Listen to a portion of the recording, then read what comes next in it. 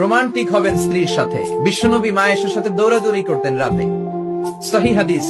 একদিন বললেন চলো কে দৌড়াতে পারে, ওটা কে ধরতে পারে। দুইজন দৌড়, বিশ্বনবী আস্তে দৌড় দিলেন, মা এসা আগে ধরে ফার্স্ট হলেন। ওমিয়া বিশ্বনবী যদি জোরসে দৌড় দেয়, পৃথিবীর কোন পালোয়ান নবীর সাথে দৌড়ে পারে? ইচ্ছা করে জিতায় দিলেন, ইচ্ছা করে। মা এসা খুব খুশি। বিশ্বনবী চাইলেন একটু খুশি হোক, জিতায় দিলাম আর কি, সমস্যা কি। তার 7 বছর পরের ঘটনা।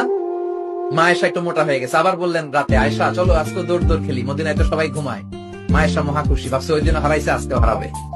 বিষ্ণুনবী মনে মনে বলে আজকে নো চান্স, আজকে চান্স দিব না। তো চলো ওই পিলার ধরি, দুইজনে দৌড়। বিশ্বনবী চান্স দেয় নাই।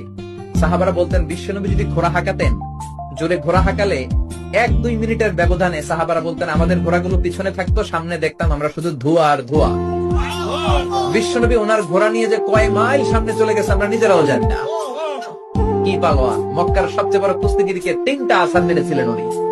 ওনার এক হাতে ছিল জান্নাতি 40 জনের শক্তি। পড়েন সুবহানাল্লাহ। আয়েশা ভাবলেন আজকে বিষ্ণুবী চান্স দিলেন না, দৌড়ে আগে ধরে ফেললেন। মা এসা রেগে আছে, হায় হায় পারলাম না। মহিলাদের মধ্যে রাগ করার একটা অভ্যাস আছে না নেই? বিশ্বনবী মায়েশার কাছে গেলেন, যে বললেন ইয়া হুমায়রা।